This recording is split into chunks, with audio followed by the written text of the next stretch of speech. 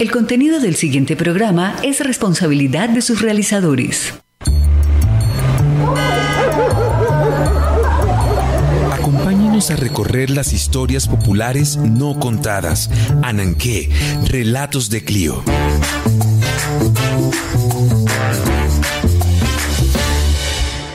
Bienvenidos.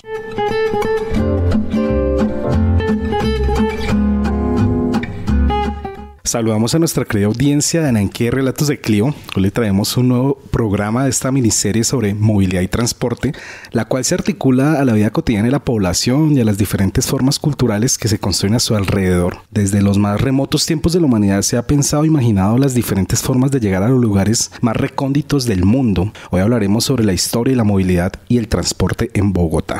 Les habla Carlos Andrés Plazas, profesor adscrito al Departamento de Ciencias Sociales, y junto a la profesora Carolina Bautista y con el apoyo del Semillero en Investigación en Enseñanza de la Historia con Memoria, coordinamos Ananqué Relatos de Clio. Transmitimos desde la ciudad de Bogotá, situada en el corazón de Colombia, y agradecemos a quienes nos sintonizan desde la señal virtual de la Pedagógica Radio, a través de las emisoras comunitarias y universitarias con las que llegamos a diferentes audiencias desde la costa atlántica hasta la región cundiboyacense, y a quienes nos escuchan en formato podcast en diversas plataformas. Este espacio educomunicativo es posible gracias a nuestro equipo de trabajo de la Pedagógica Radio: Yolanda Barrantes y Diana Torres en la producción sonora, Laura Chávez en comunicaciones, Mario Enríquez en control máster y Alejandro Sepúlveda en la dirección general.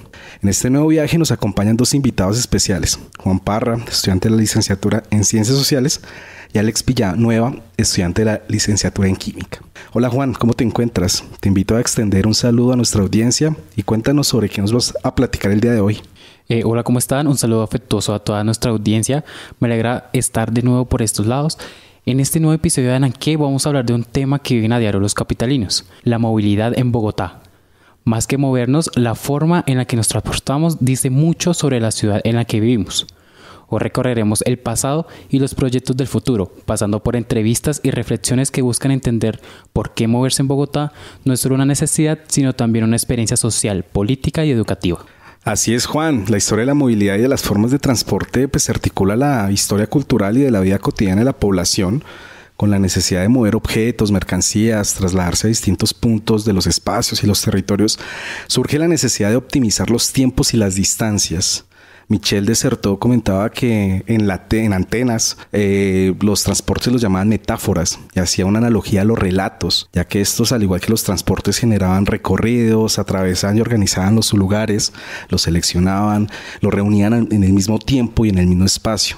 El relato y el transporte viajan, implican una organización del espacio, producen geografías de acciones y organizan los andares. Hola Alex, bienvenido a Ananqué Relatos de Clio y a la Pedagógica Radio. Saluda a nuestra querida audiencia. Un cordial saludo a cada persona de nuestra audiencia que nos escucha el día de hoy. Es un placer poder estar aquí en el episodio de Ananqué. Como lo mencionó Juan, hablaremos sobre la movilidad en la capital del país, sus afectaciones no solo en el contexto social, sino sus impactos medioambientales como subproducto de los procesos físico-químicos de la flota actual del sistema de transporte capitalino. Gracias, Alex. Estás escuchando Ananqué, Relatos de Clio. Historia central.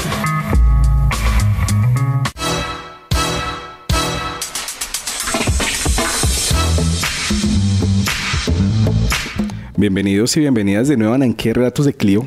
En la historia central de la emisión de hoy queremos invitar a nuestra audiencia a conocer más sobre la movilidad y el transporte público en Bogotá. La masificación de las formas de transporte ha significado una expresión de la modernidad y la necesidad de una interconexión entre espacios, mercados regionales. Para pensar en el transporte y la movilidad es importante concebir la integración social y la cohesión económica regional del territorio. El transporte de mercancías y de personas se fue construyendo y consolidando de manera progresiva a partir de diferentes dinámicas espaciales, tejido productivo propio de las regiones por los intereses de los grupos políticos y de las élites, y asimismo de los proyectos de modernización de finales del siglo XIX e inicios del siglo XX. Las condiciones orográficas y geográficas de Colombia condujeron a la necesidad de pensar diferentes proyectos de transporte y comunicación. Asimismo, las realidades económicas y políticas de cada una de las latitudes condujeron a pensar estos sistemas de acuerdo a las necesidades. Así es como en Antioquia, a finales del siglo XIX, se enfocaban en la constitución de un sistema férreo, mientras que en las zonas colindantes al río Magdalena se pensaba en su navegabilidad y en las zonas costeras pensaban en el transporte naval que pudiera conectar con los dos anteriores sistemas. Durante el siglo XIX, posterior al proceso de independencia, la movilidad no contaba con mayores opciones. Muchos eran de tracción animal, carruajes, carrozas artesanales y las clásicas caminatas. En el caso de las calles de Bogotá, desde la época colonial, los santafereños se movilizaban a pie y cuando requerían andar en distancias medias y largas afuera o interior del espacio, utilizaban caballos, mulas y carretas. Solo fue hasta finales del siglo XIX que se pensó la idea del transporte público en Bogotá. Los intercambios comerciales se dieron durante el siglo XIX e hicieron que los caminos reales heredados de la colonia fueran los usos más importantes para el transporte. De esta manera, en la época colonial los santafereños se movilizaban a pie y cuando salían de la ciudad usaban mulas, asnos y caballos. Solo fue hasta finales del siglo XIX, con la expansión acelerada de la urbe, que se inicia a un incipiente sistema de transporte público con la inauguración del tranvía en 1884. Antes de que surgiera la idea de transporte público con el tranvía, en Bogotá se había buscado otras formas de movilidad, aunque para 1876 habían impuesto la prohibición del tránsito de carruajes por las calles de Bogotá para cuidar las redes de acueducto y los adoquines. Sin embargo, fue el 31 de octubre de 1877, donde el Consejo de Bogotá permitió la circulación de carruajes con ciertas condiciones al interior de la ciudad para movilizar a la población. Con el aumento de la población surgió la necesidad de este sistema público de transporte. De acuerdo a Tomás Rueda Vargas, el francés Jean Gillet y el británico Henry Alford establecieron una empresa de carruajes con oficinas en el atrio de la catedral bajo el nombre de la compañía franco-inglesa de carruajes de Alford y Gillet, que disponía de coches tirados por caballos con capacidad de 10 pasajeros, denominados omnibus, y cubrían la ruta entre Bogotá y el caserío de Chapinero. Poco después, Alford y Gildet vendieron la compañía a un par de empresarios de la vecina población de Engativá, quienes agregaron sus apellidos a la firma y convirtieron la compañía franco-inglesa de carruajes de Caipa y Tibaquira. De acuerdo a lo mencionado por Juan Carlos Perglolis y Jairo Vanezuela, el transporte masivo urbano en Bogotá se legalizó con la Ley 30 de 1881. Al año siguiente se celebró el primer contrato entre el secretario de Gobierno del Estado Soberano de Cundinamarca y William Randall para poner en funcionamiento el llamado ferrocarril de sangre, que era un tipo de tranvía jalado por caballos o mulas.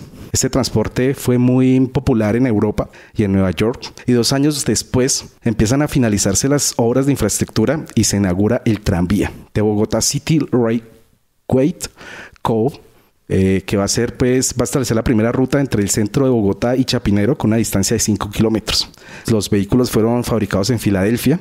Y 10 años después se inauguró la segunda línea e implementaron rieles de acero, ya que los anteriores eran de madera y se deterioraban mucho. Posteriormente, en 1907, se empezó a dar paso a los tranvías eléctricos. Para el inicio del siglo, habían 2 empresas, la del francés Alfred Krelman y la de los señores Plata y Uribe. Implementaron una nueva línea de servicios que se podría pensar como un antecedente de las empresas de taxis. Estos eran coches de 4 puestos, tirados por un caballo, conducidos por un ariuga, que era un hombre que se encargaba de manejar a los caballos. Este servicio llegó a costar entre 40 centavos y $1 por hora y fue una alternativa para las clases más pudientes que no quisieran acceder al tranvía por cuestiones de comodidad.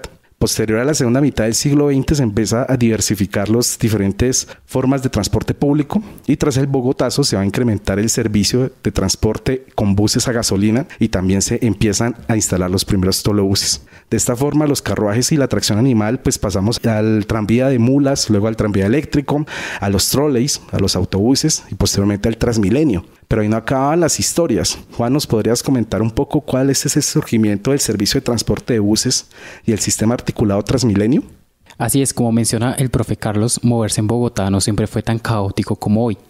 A finales del siglo XIX la ciudad era más caminable y el primer gran avance fue el tranvía de mulas. Luego fue reemplazado por el tranvía eléctrico, lo que permitió conectar el centro con barrios como Chapinero, que pasó de ser un caserío a un nuevo polo urbano.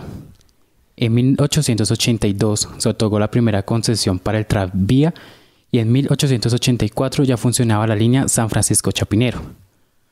Aunque el sistema ayudó al crecimiento de la ciudad, tuvo problemas, demoras, accidentes y sobrecupo. Más adelante llegaron nuevas formas de transporte como los colectivos, buses ejecutivos y busetas. Los colectivos eran pequeños, rápidos y cubrían rutas no atendidas por los tranvías. Los ejecutivos eran más elegantes y cómodos, con colores oscuros y letras doradas, que de cierta forma representaban cierto estatus. Las busetas, que surgieron como opción intermedia, fueron clave en la movilidad cotidiana. De esto encontré algo muy interesante, que es el origen del término buseta, palabra que nace como un diminutivo de bus que se usa popularmente en Colombia para nombrar un vehículo más pequeño que el bus tradicional. Todo esto empezó a desaparecer con la llegada de Transmilenio en el año 2000. El 18 de diciembre del año 2000, Enrique Peñalosa inaugura la primera ruta de Transmilenio, que comenzó a operar con 14 buses por la troncal de la Caracas, entre la calle 80 y la calle Sexta. La idea de Transmilenio era traer un modelo inspirado en Curitiba, Brasil. Buses articulados, carriles exclusivos, estaciones cerradas con prepago y rutas troncales que permitieran transportar a muchas personas en poco tiempo. Sin embargo, los problemas no tardaron en llegar: saturación, inseguridad, falta de mantenimiento y malas condiciones para los usuarios. A pesar de esto, Transmilenio sigue siendo el sistema que moviliza a más de 2 millones de pasajeros por día. Posteriormente se reorganizó el sistema y en 2012, con el SITP, muchos buses tradicionales fueron chatarrizados. Este sistema incluyó no solo buses zonales, los famosos buses azules, sino también rutas alimentadoras, complementarias y especiales, pensadas para conectar los barrios con las troncales. El objetivo era tener un solo sistema con una sola tarjeta y una sola tarifa, pero en la práctica su implementación fue muy difícil.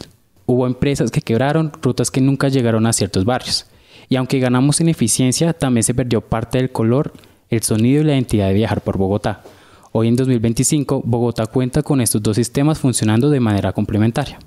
Es un hecho que las transformaciones en las formas de movilidad, en este caso pues la creación del sistema articulado de transporte de Transmilenio, ha tenido disidentes y ha tenido diferentes impactos en la vida social de la ciudad, pero a su vez también ha impactado los espacios y el medio ambiente. Alex, ¿qué nos podrías comentar sobre estos impactos medioambientales que genera el sistema masivo de transporte? Pues bueno, es importante hablar del sistema Transmilenio, ya que este es un sistema que también contribuyó a la contaminación del aire. Un estudio realizado por Beren en el año 2010 y otro por Guevara en el 2018 identifican contaminantes como el material particulado 10 y el material particulado 2.5, óxidos de nitrógeno, azufre, carbono negro y otros contaminantes. Muchos de estos superan los límites permitidos y afectan directamente la salud de los usuarios. Si se detalla un poco los alrededores de la capital, se puede notar cómo hay acumulación de material particulado a causa del proceso generado por la combustión de monóxido de carbono y dióxido de carbono de los vehículos y la corrosión misma del motor.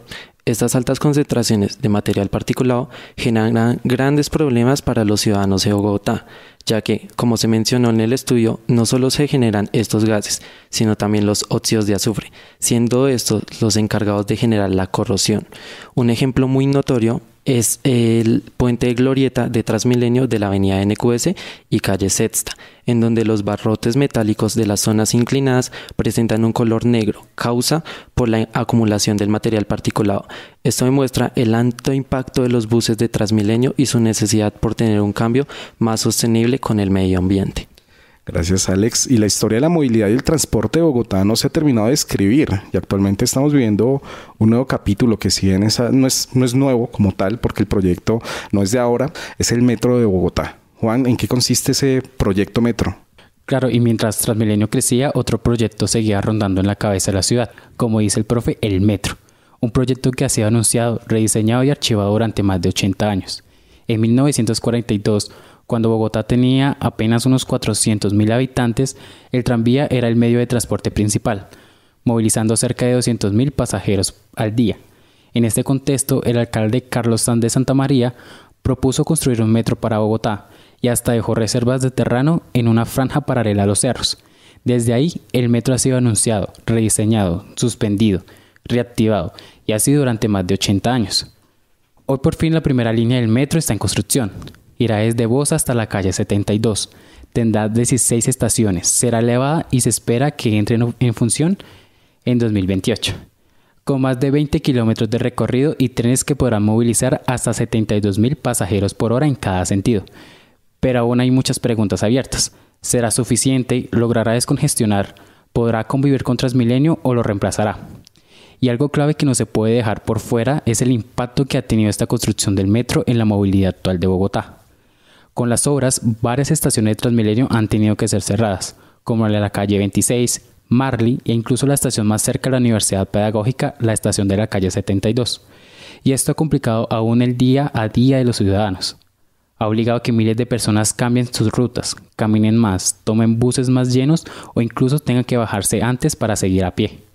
Y no es solo eso, se le suma muchas vías que están cerradas parcial o totalmente, lo que ha hecho que los tiempos de desplazamiento aumenten, que hayan más trancones y que movilizarse tanto en bus como en carro tomen mucho más tiempo de lo normal. Hay tramos completos de la Caracas, la 1 de Mayo y la avenida Villavicencio que están cerradas o reducidas por las obras, generando más estrés y más tiempo perdido en el transporte.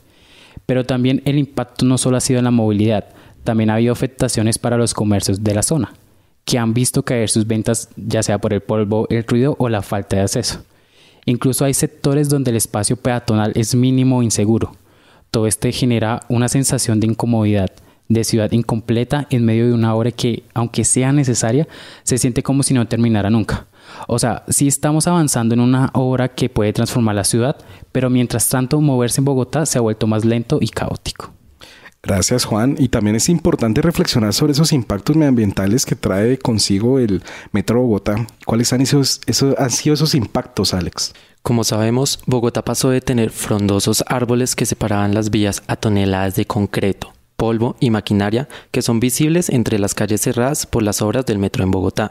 Las restricciones en las vías dan lugar al futuro metro que se lleva esperando por más de 80 años. Pero, ¿qué hay del medio ambiente? Si bien el 17 de junio del presente año, el Metro de Bogotá compartió en redes sociales que el viaducto de la obra ya contaba con 58 columnas, el avance y los cierres en la avenida Caracas y 1 de Mayo no solo presentan una problemática en la movilidad y desplazamiento en la ciudad, sino que se ven afectaciones respecto a la tala de árboles y la ausencia de corredores verdes en estas zonas. Según un estudio del impacto ambiental realizado por la empresa Metro, coordinado por la Alcaldía de Bogotá, en el año 2019 se estima que los 3.287 árboles de la zona, 1.363 serían talados para llevar a cabo este proyecto. Asimismo, se propone un compromiso por parte de la empresa, la cual debe sembrar cerca de 2.920 árboles a lo largo de este corredor, como parte de estrategia paisajista y ambiental.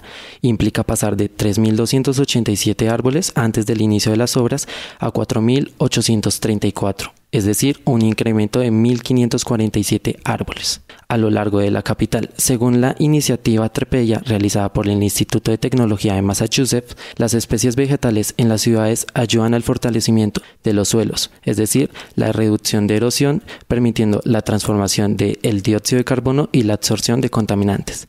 Esta iniciativa no solo se debe considerar, es algo que se debe ejecutar en su totalidad, puesto que los índices de calidad de aire siguen disminuyendo día a día y la Alcaldía de Bogotá llegó a declarar fase 1 de alerta por la mala calidad del aire en la ciudad.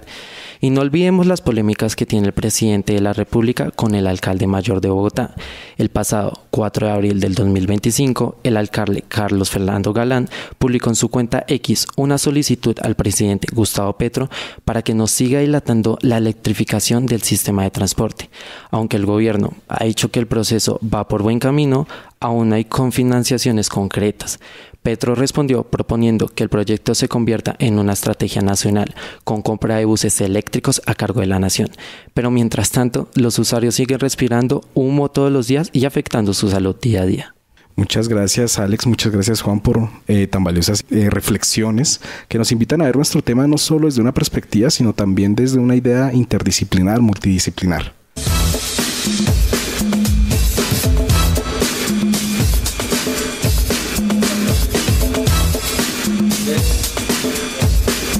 Los invitamos a seguir con Voces Ananqué. Las voces de Ananqué.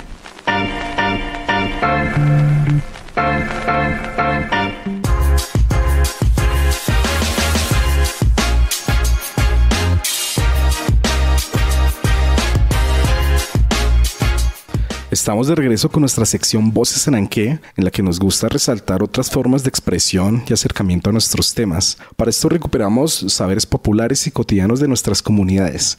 El día de hoy traemos 3 invitados especiales, cada uno desde un lugar de enunciación, pero que comparten sentires y análisis que se encaminan a nuestro tema, la movilidad del transporte público en Bogotá. Hoy tenemos 3 voces y 3 puntos de vista: Joaquín Moreno, Alexander Villanueva y Estefanía Martínez, cada uno desde su lugar de enunciación que permite complementar las miradas de nuestro tema del día de hoy. Saludamos a don Joaquín Moreno, que nos trae un recuerdo de cómo era la movilidad antes de Transmilenio. Escuchemos.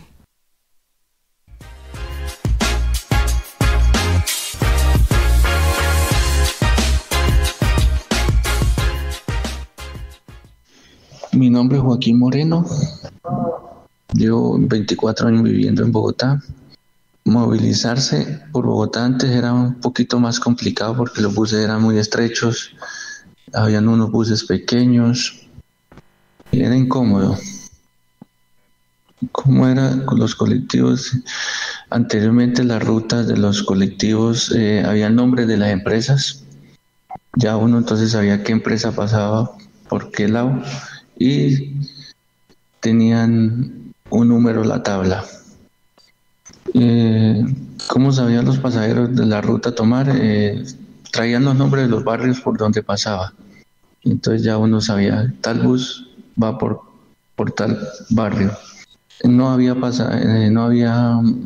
paraderos fijos, lo recogían a donde ellos quisieran y lo dejaban a donde ellos quisieran.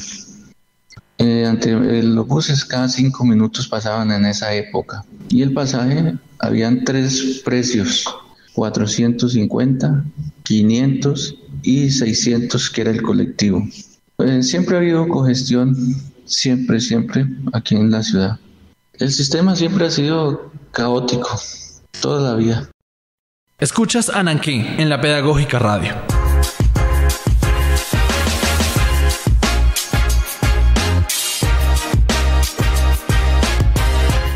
Juan, y después de escuchar a nuestro primer invitado, ¿qué reflexión podrías extender a nuestra audiencia? Bien, escuchar a quienes vivieron el transporte colectivo en Bogotá antes del SITP y Transmilenio nos permite conocer una parte de la ciudad que muchos jóvenes no experimentamos, ya sea porque no vivíamos aquí en esta época o simplemente porque aún no habíamos nacido. Es interesante entender cómo funcionaba el sistema, sin paraderos fijos y con rutas que se conocían por el nombre de los barrios.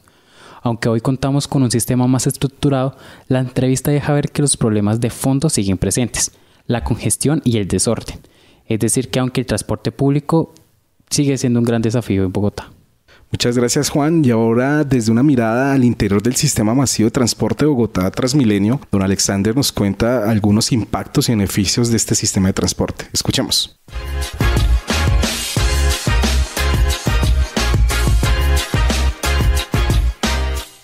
Mi nombre es Alexander Villanueva, tengo 47 años. Toda la vida he vivido en la ciudad de Bogotá. Actualmente trabajo en el sistema de transporte integrado de Bogotá, en la empresa ETIP, en la cual llevo 10 años. Antes de ello, trabajé como conductor de colectivos del transporte tradicional. He notado diferentes cambios pues en el sistema de transporte al antiguo. Pues el sistema de los paraderos, pues más organizado para los usuarios, que no se maneja dinero, los horarios, madruga uno y termina uno pues a veces a mediodía o más temprano, o entra uno por la tarde, entonces le queda uno tiempo pues para compartir con la familia o hacer sus diligencias personales. En cambio antes, con el sistema antiguo, tocaba madrugar y trabajar por hasta las 10, 11 de la noche para poder cumplir con una cuota o un producido para entregarle al dueño del carro. Ahorita por las obras pues tantas obras de Transmilenio, de metro, pues se complica mucho la movilidad, entonces pues eso nos afecta pues a los usuarios, a nosotros como conductores, se estresa uno mucho, se cansa, y en ocasiones pues los usuarios le exigen a uno que desvíe, Y pues nosotros para poder hacer algún desvío tenemos que pedirle autorización a Transmilenio, que es el ente gestor. Se ha notado un cambio en los tiempos de desplazamiento por tanta hora que hay.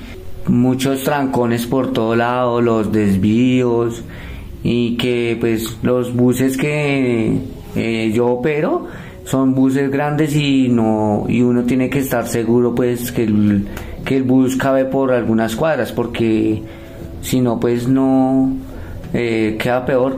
En el patio que yo estoy, que es patio Bosa San José, no hay, o sea, hay buses con tecnología Euro 6 y buses normales con sistema diésel, con sistema de combustión diésel.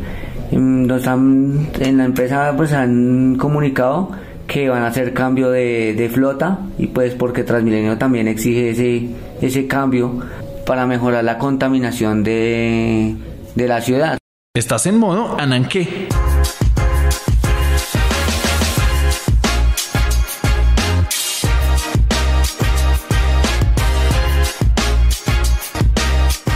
Bueno, Alex, ¿y qué reflexión podríamos hacer a partir de la entrevista que nos extiende don Alexander?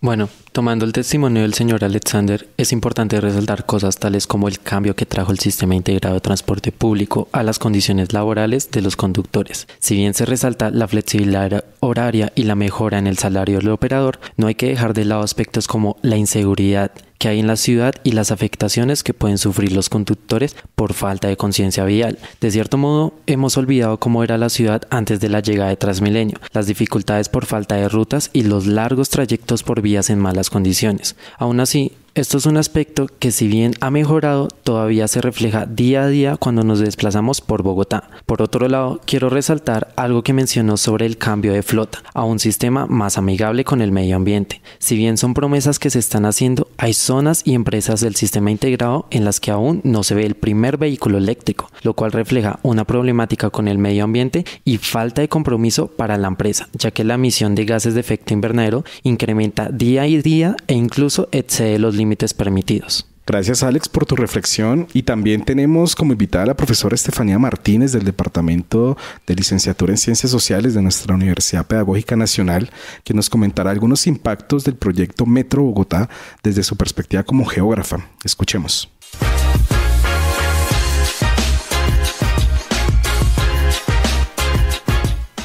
Quiero empezar como por el tema económico. Yo creería que el metro en Bogotá va a implicar, o nos está implicando más bien desde que se aprobó, digamos, como este proyecto en específico, como dos escenarios. Yo diría que el primero es un poco macro, en escala más geopolítica, que tiene que ver con la incidencia y la toma de decisiones de los gobiernos locales o de las alcaldías para diseñar y construir el metro elevado. Entonces eso, pues digamos que a diferencia del metro subterráneo, le da una participación específica al sector de la construcción en Colombia. Si bien no van a ser los operadores técnicos de la construcción, sí se benefician considerablemente en cuanto a la provisión de la materia prima para la construcción del sistema de metro. Entonces yo creería que eso pues digamos que sí pone en relieve la participación del sector de la construcción, y desde luego que también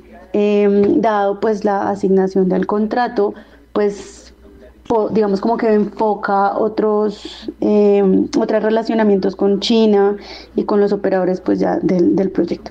Y en un segundo escenario yo creería que están las redes comerciales y económicas que circundan las estaciones, o que circundan por lo menos en este momento la obra del metro, puesto que claro, digamos que ahí hay que ya entender y entender como a escala local en cada uno de esos escenarios qué relaciones se habían tejido previamente con el espacio público o hacia el espacio público, qué tipo de comercio es el que se daba, se frecuentaba, y pues el impacto que tiene ese tipo de comercio, que puede que en los impactos negativos se hubiera contemplado, pero no necesariamente es algo que va a asumir el gobierno, por lo menos no el distrital.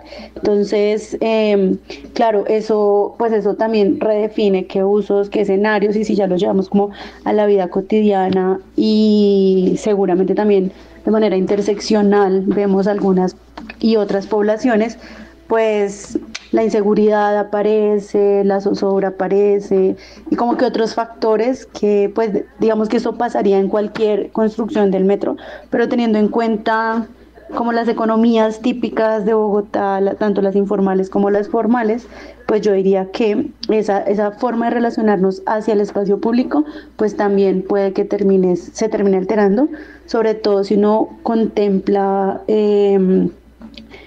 que ya ha pasado, previa la construcción o la ampliación del Transmilenio, como que estos impactos también se ha dado y seguro que eso, digamos que en el uso de la vida cotidiana, pues va a tener un impacto.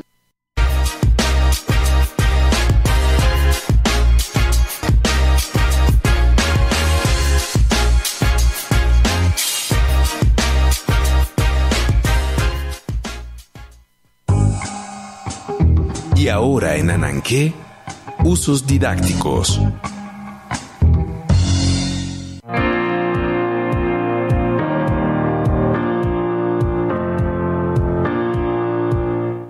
Continuamos con usos didácticos donde exploramos el horizonte de posibilidades de enseñanza-aprendizaje en nuestro tema. Juan, ¿qué reflexiones podrías traer respecto a nuestro tema frente a un proceso de enseñanza-aprendizaje y desde el uso de la didáctica? Desde mi posición como profesor de información de ciencias sociales, creo que este tema no solo nos sirve para entender el presente de la ciudad, sino también pensarlo desde el aula. Podemos abordarlo desde diferentes enfoques. Desde la historia urbana para comprender cómo ha crecido Bogotá, qué decisiones han marcado su desarrollo y cómo han influido proyectos como el Transmilenio o el metro. Y desde la geografía para analizar cómo se organiza el espacio urbano, cómo se mueven las personas y cómo la ciudad se transforma con las obras. Actualmente estoy viendo una lectiva llamada Videojuegos y Educación y me parece interesante proponer como estrategia didáctica el uso de los videojuegos que simulan entornos urbanos para trabajar estos temas con los estudiantes. Por ejemplo, en Roblox existe un juego llamado Bogotá TM Bus, que es una simulación bastante detallada del sistema de Transmilenio. En este juego los jugadores podrán actuar tanto como pasajeros como conductores, lo que permite una experiencia más completa de interacción con el sistema. El juego incluye portales, rutas troncales y estaciones reales, lo que permite una exploración virtual de la ciudad. A través de esa experiencia los estudiantes pueden familiarizarse con el funcionamiento del sistema. Esto se puede convertir en una herramienta valiosa para hablar de urbanismo y movilidad. Incluso yo, como estudiante foráneo, aprendí a movilizarme y a familiarizarme con las rutas de Transmilenio gracias a este juego.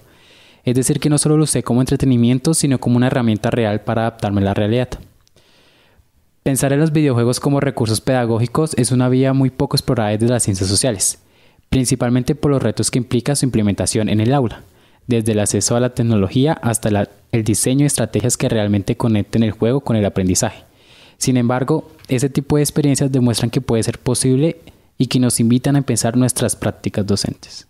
Gracias, Juan. Y Alex, ¿qué nos podrías comentar para complementar estos usos didácticos? Como sabemos, el desarrollo sostenible busca satisfacer las necesidades del presente sin comprometer las generaciones futuras. En este caso, construir el metro o cambiar la flota por buses eléctricos no es un capricho, es una urgencia ambiental y social. En este punto, quiero hacer énfasis en la temática la cual he podido trabajar durante mi proceso académico, que es la química verde. Esta como una disciplina que busca promover el desarrollo sostenible y se fundamenta en 12 principios. Algunos de estos que podemos relacionar con la movilidad en Bogotá y las problemáticas ambientales son la prevención de un contaminante en lugar de eliminarlo y diseñar procesos energéticamente eficaces. Como se sabe, el combustible convencional como el diésel, gasolina y gas son eficientes en la actualidad. Asimismo, hay fuentes de energía renovables que compiten por su eficacia en el sistema. Estas permiten promover el desarrollo sostenible de la ciudad y el mejoramiento mismos en aspectos ambientales en el territorio de la capital del país. Quiero proponerles algo. La próxima vez que tomen un bus o caminen por una vía cerrada por las obras, pregúntense, ¿esto que estoy viendo es un pasado hacia el futuro o solo estamos resolviendo un problema creando otros nuevos? Como parte de mi proceso formativo, no solo quiero abordar la química verde como una disciplina, sino articularla a los procesos formativos que nos permiten generar un impacto significativo sobre quienes nos escuchan. Para ello, quisiera promover el uso responsable del transporte público y la movilidad en Bogotá. Pensar en los impactos que puede llegar a generar la flota actual en la ciudad sobre el medio ambiente, la combustión incompleta de los vehículos viejos del sistema integrado de transporte, algo notorio como la producción de monóxido de carbono, el humo negro que vemos particularmente en los buses, que si bien lo explicamos antes es uno de los gases de efecto invernadero principales, y detrás de esto la producción de CO2, no solo por parte de los vehículos, sino ser conscientes que cada uno de nosotros produce dióxido de carbono. Síguenos en Facebook e Instagram como @culturaananqué. Ananqué en las redes.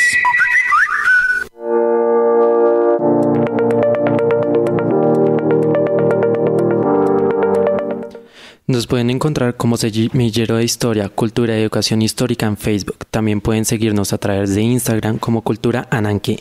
Además, encontrarán cada uno de nuestros programas en iBots y Spotify en formato podcast. También pueden seguirnos a través de Facebook como Germinario en Enseñanza de la Historia con Memoria y en Instagram como Germinario_UPN. Nos despedimos y agradecemos su escucha desde diversos rincones de nuestro país y América Latina. Los invitamos a que no se pierdan nuestro próximo episodio de Ananqué, Relatos de Clio.